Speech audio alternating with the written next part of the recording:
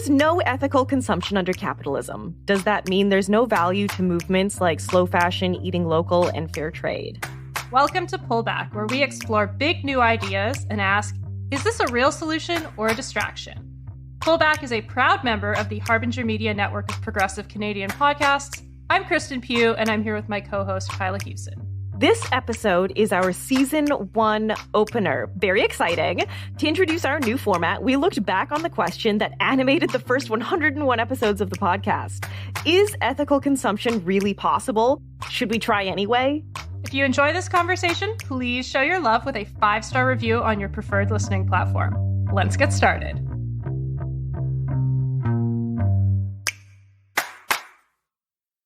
Ethical consumption, Kristen. What is it? No idea. End episode. End of episode. So I actually did ask ChatGPT about this, if you'd like, as though we hadn't done an entire 3-year podcast about ethical consumption. Oh, phew. AI is here for our jobs, Kristen. Yes. Even our unpaid ones. What does ChatGPT have to say? I will say that ChatGPT did a pretty good job of summarizing what ethical consumption is. I want to flesh out its answer a little bit more because I think it gave a very boilerplate definition.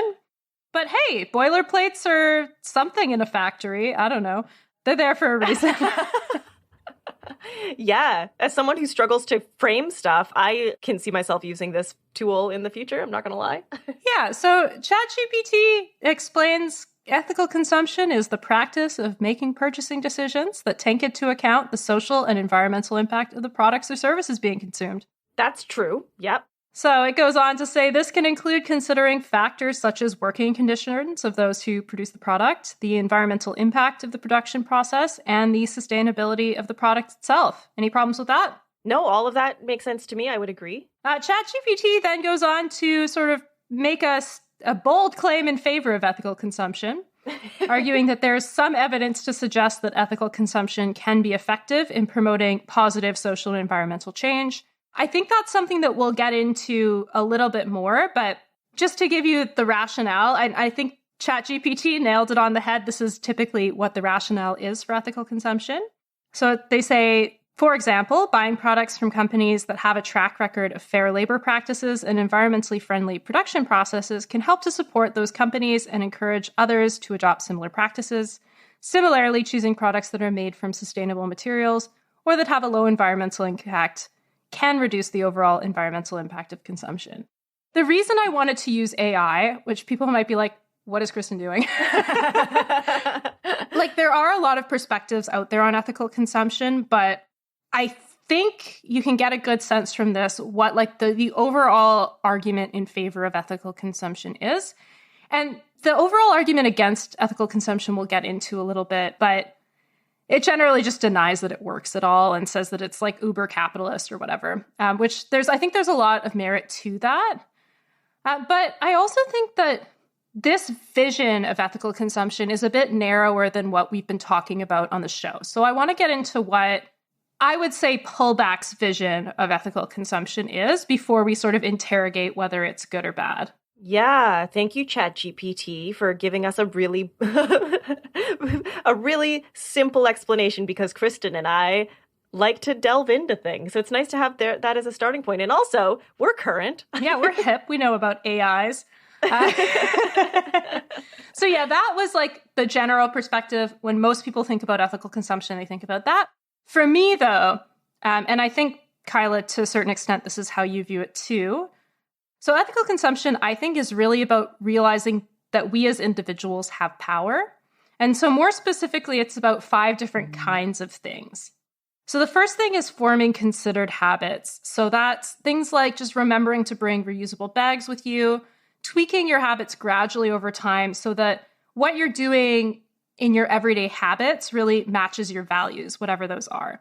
So you can actually almost think of that as for philosophy nerds out there, it's Aristotelian virtue ethics, right? We're developing into better people over time by forming considered habits. And that's something that you can do in the way that you consume and exist in the world.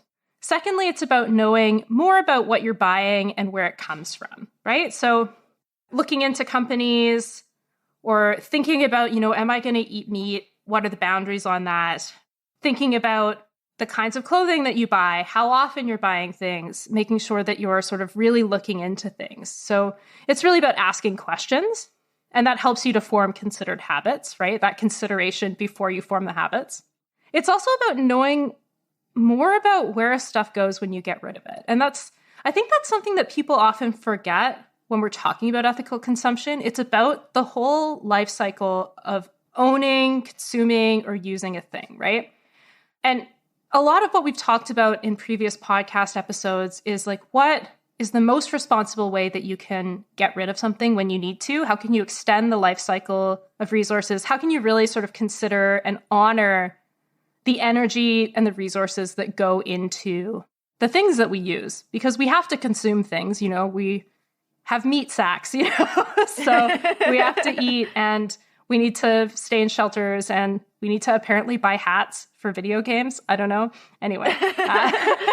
Kristen's calling me out there. We recorded an episode that will come out later where I just talk about how much I love buying hats in Pokemon Go.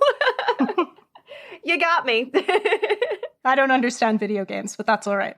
So the fourth thing that I think ethical consumption is about is, and this is actually starting to be where most people place boundaries on ethical consumption, but I think that it counts, is just being active community members.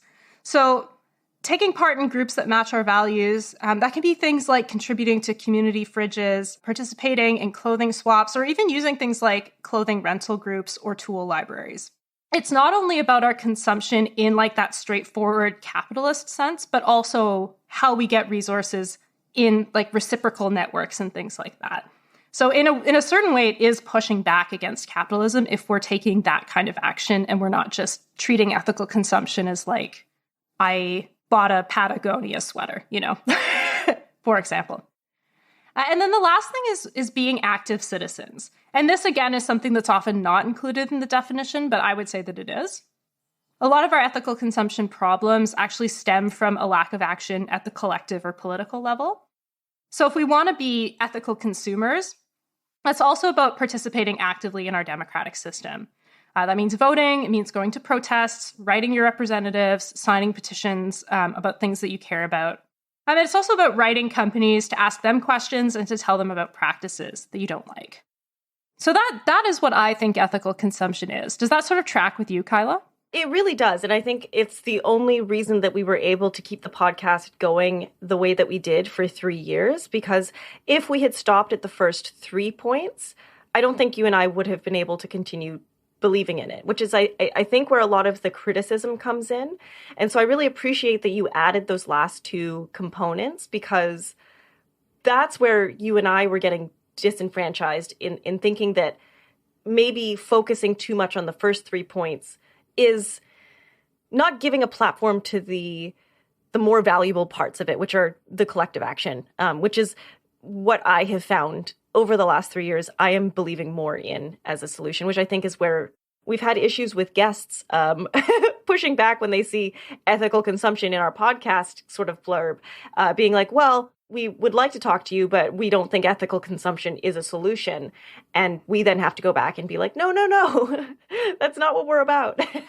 We're not just about buying things. We're also about, like participating in community movements. And yeah, the starting point is those first 3 where you're sort of thinking about what you're buying and how you're getting rid of it and how you're prolonging your life. And then it leads into the next things, right? Where you're like, okay, I've set up these really good habits. I no longer have to think when I go to the grocery store and like look at 12 different peanut butters and be like, oh no, which peanut butter is the most ethical? I've chosen my peanut butter. I don't need to make that decision again. So now there's space in my life to continue to grow and to do more. But also I've asked questions, and now I understand why there are so many issues with sweatshops in places like Bangladesh. And now I understand what some of the problems with, let's say, factory farming are, or why we might need something called a Modern Slavery Act to make sure that forced labor isn't in major companies' supply chains. The first few steps, yeah, they might seem like they're superficial, and in a certain way they are. Like, it's really easy for anybody to carry a reusable water bottle and like to think that you've solved the world by doing that is like, that's obviously silly. But those low barrier entry points are a really good way to start having conversations about bigger topics. And I think that's what we tried to do with the podcast in its sort of first instantiation. And I really think that's something that's super important about ethical consumption, right? It draws people in a way that is non-alienating, and it allows them to sort of become comfortable with the kinds of action that are easiest to do if you haven't really been questioning society. And then you can realize the limitations of that and progress on to other steps for the future. Yeah, which I think is kind of where we're at in our own journey. Framing our episodes around the consumer or the individual didn't feel like enough for us anymore. And so we were ready to kind of move up that ladder a little bit in our own way. I don't know if that is how you feel, Kristen. Yeah, I think that's broadly true, but I do want to just take a second to talk about the history of ethical consumption and why action that is linked to our role as consumers, that's actually still a really important thing and was really radical when it was something that was sort of first discussed. Love it or hate it, we live in a capitalist society. And I hate it, but go on. But given that that's true, whether you like it or not, one of our most important but least talked about social roles is that of the consumer, right? It's one of the most frequent ways that we interact with different organizations and groups by spending money on things or, trying to get away from spending money around things. Like maybe you're a freegan and power to you, but still most of us probably have some form of capitalist consumption relations that we engage in. It's just impossible to live in the world unless you live in a shack in the woods without it, right? And this is something that activists in the early 1900s understood quite well, and the late 1800s. So one of our holiday episodes in the first version of Pullback talked about the story of Florence Kelly and the founding of the National Consumers League in 1899. Do you remember that story at all, Kyla? I do, but I would like to hear it again, Kristen. Yeah, I don't want to talk about it in as much detail as I did last time, but Florence Kelly, very cool lady. She was a leader in Chicago's anti-sweatshop movement, and as part of her activism, just a part of it, she also did a lot of other things like factory inspections and was really also working for public policy solutions. But part of her activism involved creating something called the white label. So that was one of the first ethical product labels that existed out there. So essentially, garment factories that met the National Consumers League's fairness and safety standards, they were granted what was called a white label. And that sounds kind of sketchy, but I looked into it, and Florence Kelly, very cool on racial justice for the time. So I don't know what the name was about. Maybe it was related to the term like blacklist. That may have been why they chose that. But essentially, the NCL creates this label, and then they appeal to this growing group of middle-class female consumers to purchase white label approved products. So it's this new idea that's happening at the time, right? It's the first time we're really talking in society about the idea of a consumer. And it's the first time that women are actually using some financial power to make some financial decisions. And so activists sought to take that new idea, that new consumer power that they were seeing, and to use that to push for change. The White Label campaign was one of the first movements that actually recognized the economic centrality of the consumer and argued that consumers had actually a moral duty to use their power by withholding their dollars from unethical factories. And I'll just use a quote from Florence Kelly to give an example of this. So just for some context around this quote, the White Label really focused on women's undergarments as like its main emphasis. That was what they thought could most effectively be drawn on. They needed to choose like a small subset of the industry to start, and they chose undergarments. And they chose women's undergarments because they knew that women were sort of a new subset of consumers and were especially like, it was more sort of like upper class women, but were more likely to be willing to buy into this argument. So it was a strategic choice.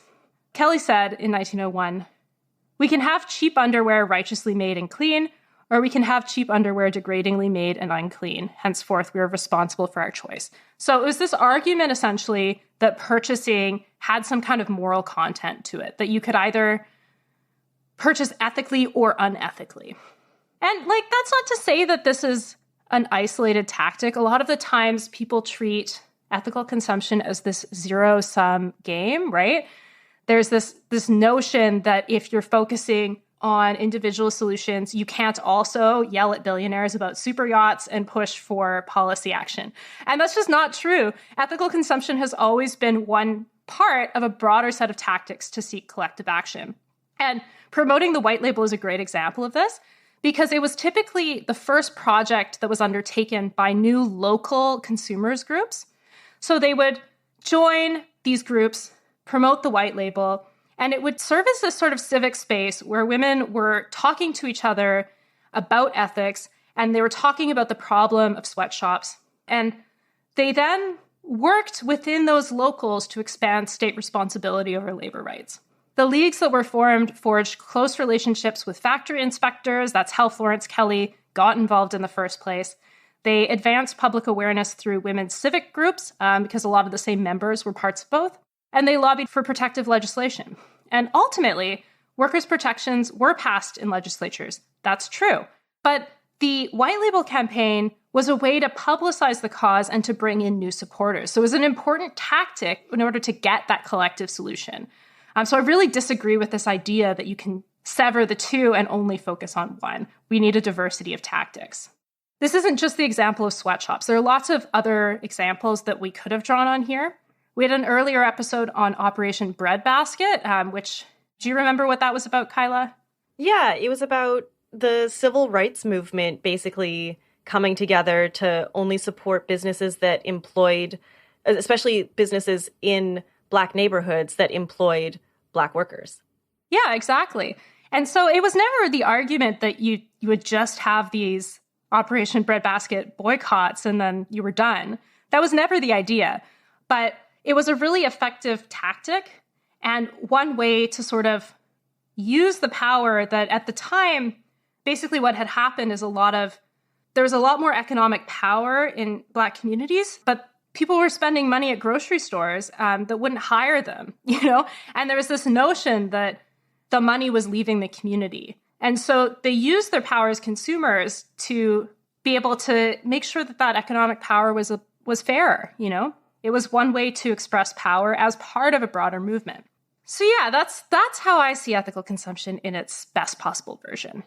Yeah, I would agree. And I would say that my hesitation with ethical consumption after years of studying it is when people don't see it as including those extra pieces. So I see it as a great gateway activism.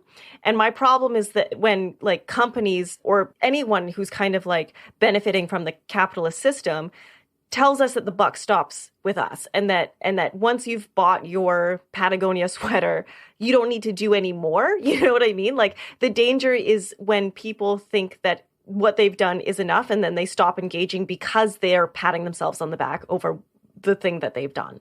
Yeah, and it's often this perspective of ethical consumption as greenwash. And the Patagonia example is maybe a little unfair there because they actually do walk the walk a little bit more than most companies.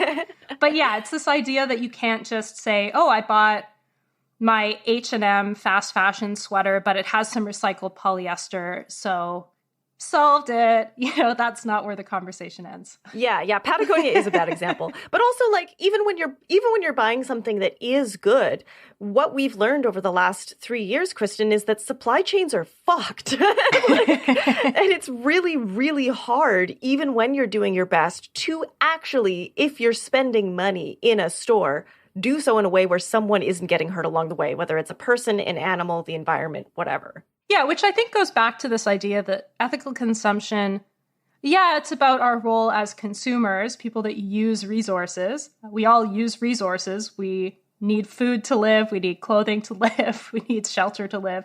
But that doesn't necessarily mean that it's all about buying sustainable brands or this hyper-capitalist version of ethical consumption.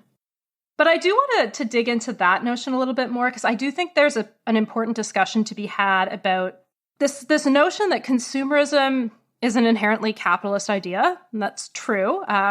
But does that mean that ethical consumption or consumer movements are inherently pro-capitalist? Like, can you push back against the system? Yeah. And I love that idea. And I love that we're going to talk about it because I think, and like I mentioned earlier, we've experienced this disconnect where activists will kind of disregard it as a solution. For the reasons that I mentioned, where like capitalism is like, no more, you've spent your money, no more needs to be done. And so our activist friends kind of like, and that's what I like about our show is that we're kind of meeting people where they are. It's hard to get started in an activism movement. Even now, like I volunteered with Dogwood over the summer and I was like, oh, that was boring and hard, you know? So like, it's important to, I love you, Dogwood. They're great. It's just that volunteering is boring and hard. Doesn't matter what you're doing. And so like, if someone can start by buying a different chocolate bar, you know, that's where we started. And I have come a long way, but not all the way. And I've had a leg up by doing like a very intense project with you this whole time. You know what I mean? So there's value in it. I've been listening to an audiobook called How to Be Perfect. It's by the guy that wrote The Good Place. I finished it. It's so good. I'm still working my way through it. But one of the things I really like about that book is he talks about inquiry as a really important moral act. So the mere fact that you're asking questions and trying to know more about consumption decisions, I mean, he's not framing it as consumption decisions, he's framing it as like all moral actions, but that has some kind of value to it. And I think that sort of notion of ethical consumption as a gateway that you were talking about, that inquiry is a huge part of that, right? You start at this realization that, you know, Cadbury or Nestle has some issues. Maybe that prompts you to look into sugar and you're like, holy shit, sugar has a fucked up history. And maybe like our friend Lex did, you stop eating sugar for a week until you realize that's not feasible and you start to ask some more questions. So I think that's the kind of journey that ethical consumption can ideally take people on. But I do think there's something to this notion that capitalism presents ethical consumption basically as an avenue for buying your way out of moral dilemmas, right? So that's where we get some of the problematic versions of it, like eating humane meat or purchasing carbon offsets for a flight, right? They're really like indulgences that are only accessible to people who have more money. And obviously, these actions can't fix big structural problems like climate change. And the problem with that then is we see this sort of limited version of ethical consumption, and then that then leaves us feeling disempowered because we've tried it, we've realized we can't disengage from sugar, we've realized that carbon offsets are bullshit, we've realized that humane meat isn't a real solution, and that more broadly, ethical consumption is expensive, it's transactional, and it's not really effective. And then that leaves us all feeling like, well, if I can't be perfect, why should I try at all? Yeah. And that's like a really shitty place to be. But I think that sort of misses the broader point of ethical consumption, right? So it's not about middle-class white influencers who are hawking boutique health products. That's like the worst version of ethical consumption. It's about finding new avenues to meet our needs and pulling back. Podcast name. You said the name of the thing in the thing. Yeah, and pulling back from exploitative practices as much as we can. So Marxists actually call this alternative praxis, but basically it just means finding ways to do things differently. That's what I really like about ethical consumption is that it's people trying a bunch of different ways to extricate ourselves from capitalism. And that's an incredibly valuable thing. Just to give you some examples in case you're still a skeptic, right? There are lots of ways that ethical consumption gives us tools for combating late-stage capitalism through solidaristic relationships instead of, exchange ones, right? So we've got mutual aid movements, we've got community swaps and things like that. There's also, freeganism, which is for sure more of a fringe movement. Not everybody's going to become a dumpster diver. I'm definitely not going to be. One and done for us. One and done for us. There's the waste-free movement. Is it perfect? No, but it advocates for circularity rather than like the take, make, waste approach that we typically have. The Eat Local movement is all about connection to community and the way that food is made, right? And then veganism, problematic for sure, but has made incredible progress in showing people that animal protein isn't necessary to be strong or healthy. But it's not an either or, right? You can be for collective action while also trying to consume as ethically as possible. Just ask any vegan activist you've ever met, right? Ethical consumption, for me anyway, it doesn't stand apart from political action, but it's actually part of political action. And it and its associated movements show what is possible. It shows that alternative praxis, in other words. Yeah, and I think I'm glad you brought up the book, How to Be Perfect, because that is just a really approachable book. Like, it's a very easy read, and it kind of like sums up a lot of really cool ideas. So if people do like ethics, like Kristen and I do, it's a really cool book to kind of like goes over this idea that you're not going to be perfect, right? And so you can't let that stop you from still trying to be better. And this doesn't just apply to, being a consumer. It applies to creative endeavors and relationships and parenting. And the idea that we all have to be perfect is so toxic, and it stops us from just being our best selves. Like, our best selves won't ever be perfect. Flaws are also part of what makes you like a wonderful, interesting person and what allows you to learn and be better. I try to look at my own flaws and consider what I like about them and what I don't like about them, and aim to be like the best version of my flawed self that like I can be. I'm loud, I interrupt people, but I also am like a really engaged listener who loves to have an interesting dialogue, and I love to ask questions. And I love that about myself. And there are ways to recognize what I love and to think of ways to grow those parts. What did we say in the very first episode? Don't let perfect be the enemy of good. Yeah, exactly. And the other thing is like it or not, we are every single one of us, consumers. So what's the alternative to ethical consumption? Like unethical consumption, Yes, exactly. And I think when people disregard it as a movement, they're really alienating people who could be stepping in to be allies. And I think that's something that like the left really struggles with, is alienating each other. Yeah, we're going to have an episode about that later this season. So look out for that. So, okay, at least it sounds like, Kyla, you might be leaning towards real. I'm going to say real for this one, but ethical consumption, real solution or false solution? Yeah, I think it's a real solution. I think people need to be more considerate of what it is and what it is not. And I think that's true of both people on the far left who are already like, hardcore activists or living in the woods. And I think that's true of people who are on the far right who also would agree that maybe we should have a planet that is habitable. You know what I mean?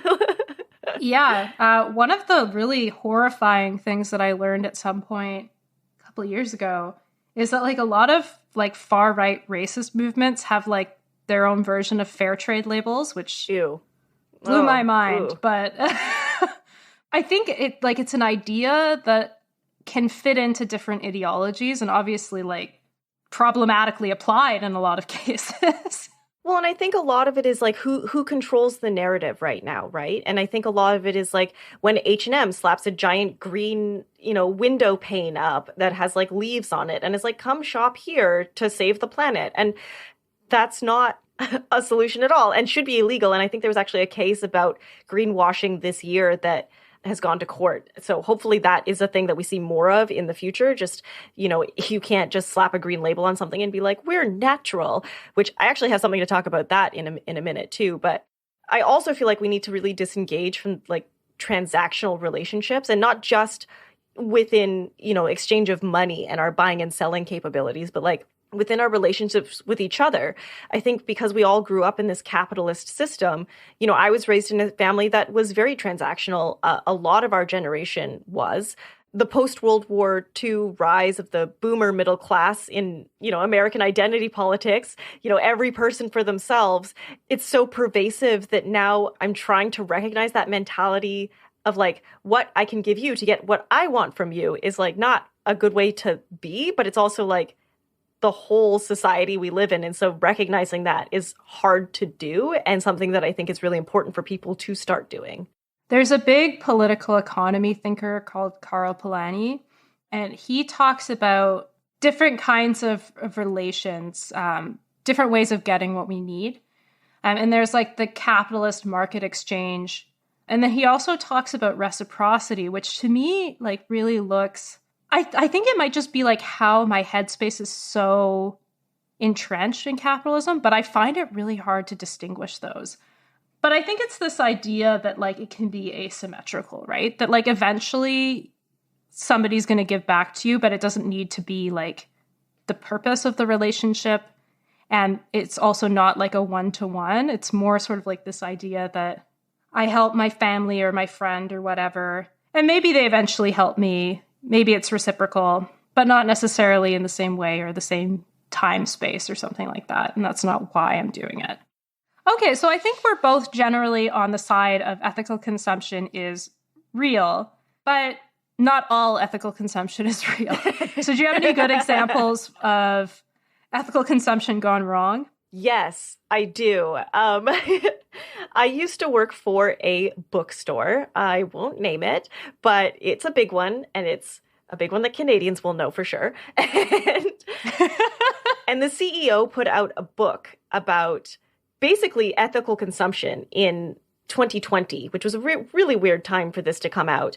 And it was terrible. It was terrible, Kristen. It was so hard. And like, look, yes, it's valuable that CEOs are talking about ethical consumption. But my problem with this book is it was like, here are all of the things you can buy from our store that will help you be a more ethical person. So like, you know, we sell Tupperware that is made of metal or ceramic instead of plastic, or get a reusable bag. And it was just, it did have like good points in it, but it was like, it was a book that was mostly pictures and large words, and then like 20 pages at the back that were like, here's all of the things you can buy from us. And then they sold it for like $25. And so you had to buy this book for $25 that like marketed itself as telling you how to live in a world of consumption. And there was like a chapter on chemicals, and there was a lot of decent information in there. But ultimately, it was a catalog that they were charging people for. Yeah, just instead of prices, it's like feel goods. Yeah, and like, I don't want to call the company out too hard because I feel like the intention was good. I can't know. I'm going to say the intention was probably good, but the delivery it packaged everything I dislike about ethical consumption into like one spot, and then I had to like put it out on the shelves constantly. Okay, so I have another example of ethical consumption that I have a problem with, which is we actually got approached for a sponsorship opportunity a couple months ago from a company that I also won't name. I mean, I probably could name them, but it's like a smoothie company. They sell like a powder, and they almost got me. Like their website is very good, their marketing is very good, but ultimately it's a part of diet culture. And I ended up listening to a few other episodes of other podcasts that like are sponsored by this product, or that were talking about it in a way that was a little bit more critical, so I could kind of get both sides of it. But basically, like, there's so many products like this, and it's not just Alex Jones who's like, here's my snake oil, you know what I mean? Like, the left has it too. And this is an example of a product that, like, the FDA has not evaluated their claims. They are not using evaluated claims like organic. They're using words like natural, you know? They talk about gut health. They use the words probiotic and gluten-free and keto and vegan and paleo and 75 vitamins and minerals, which is like, you're just going to pee out all of that. That's not how the body works. So like, it's frustrating because we're surrounded by products that are products know we want to do better, right? And so they come at us with these promises and this marketing language that's like health-focused and healthier and better for the planet. And then when you actually look at what they're selling, it's like a laundry list of claims, first of all, like it's going to give you gut health and energy. And it's like, what does that even mean? You know? So like, and then you go to look at their receipts and there aren't any. There's no research. There's a saturated influencer space just full of people promoting this. And they're selling me on emotions, right? They're selling me the emotion of like wanting to be a better person. How do you calculate 12 servings of fruits and vegetables in a powder? That's just not a thing. Yeah, I've got like maybe a more complicated example we could go through. Yeah, sure. And that is just Unilever. Oh, Unilever. Yeah, Unilever is a really complicated figure in the ethical consumption space because they have been with major NGOs like the World Wildlife Fund, the major architect of some of the most reputable product labels that are out there, right? So we've talked about the Forest Stewardship Council and the Marine Stewardship Council in previous episodes of the podcast, and those are two really good examples. They are pretty good sustainable consumption labels, and, you know, there's arguably a fair amount of benefit that's come from the establishment of those structures. Having a big company like Unilever behind them is beneficial and sort of drives the market in a certain direction. On the other hand, Unilever like pretty aggressively fought against things like vegan mayonnaise the first time it came out. And, you know, they eventually found out it was a losing battle and now they sell their own. But it's like a self-serving calculation, right? And this is one dynamic that's really complicated, I think, for ethical consumption. There's another good example of it in conflict minerals of the same dynamic, where you have companies that were signing on to certain ethical consumption initiatives at the same time as they're like aggressively lobbying the US government not to put in place disclosure requirements for conflict minerals. So it's like, how do you evaluate even companies that are sort of walking the walk to a certain degree? And I don't know.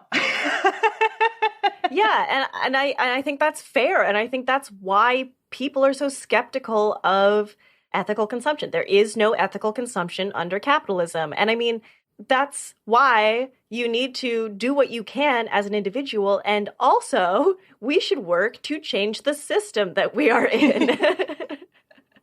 You know, like the buck doesn't stop at your bamboo toothbrush, Kyla. What if it's a really nice bamboo toothbrush? That you never ever have to throw away. You just wash it forever. Oh boy, Kyla. Do I need to talk to you about how often you should replace your toothbrushes? Yeah, we've had this conversation before. In our very first Christmas episode, Kristen sent me a new toothbrush because in our teeth episode, like episode 3 or whatever, I was like, oh, I haven't changed my toothbrush in forever. And I was using a bad one that like, now I have gum recession. I'm old, Kristen. You brushed your teeth too hard. I did. I was too aggressive of a toothbrusher with a terrible toothbrush. Our third segment of this format is supposed to be how could it work better? So, thoughts?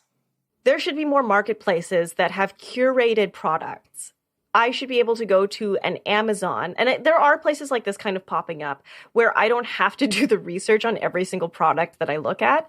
And I think the world is going in that direction, but like it's not sustainable for everybody to be constantly doing all the research, which is what our show is about for the last 3 years. So like, you know, we do the research and then we recommend to you, but you know, we're not giving you product names. There needs to be a cultural shift around the idea of consumption in general. Like, at what point do you need to own a shovel, or should there just be a community shed where you can go get the shovel when you need to use it, right? Like, there's no reason for 30 houses on one block to each have a lawnmower if everyone only mows their lawn once a week. And like repair, there needs to be a better culture around repair, which is something that, again, is a policy shift we need to see, especially in technology where you're not allowed to repair your stuff. Yeah, and I think that's where the point I was going to make comes in a little bit, which is that ethical consumption could work better if we had more robust regulation that supported what consumers are already trying to do. So whether that's things like right to repair legislation or trade agreements that embed environmental and labor standards more robustly into them, or enacting modern slavery legislation, things like that.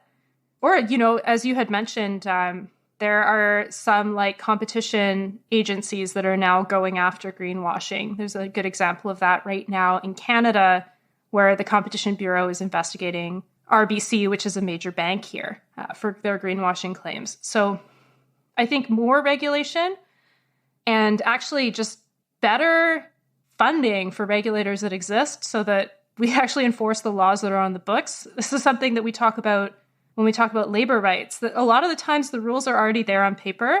It's just that the enforcement isn't. So ethical consumption, it relies on transparency.